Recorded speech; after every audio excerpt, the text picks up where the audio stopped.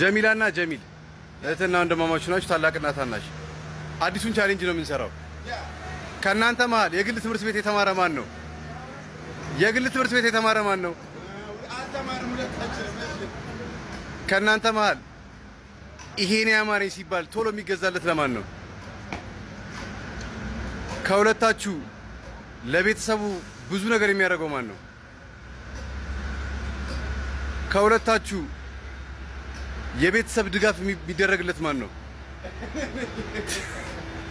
ከሁለታችሁ እህትና ወንድሞቹን የሚወድ ማን ነው?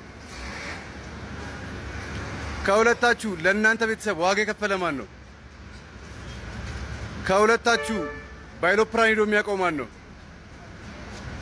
ከሁለታችሁ ገንዘብ ብዙ ያለው ማን ነው?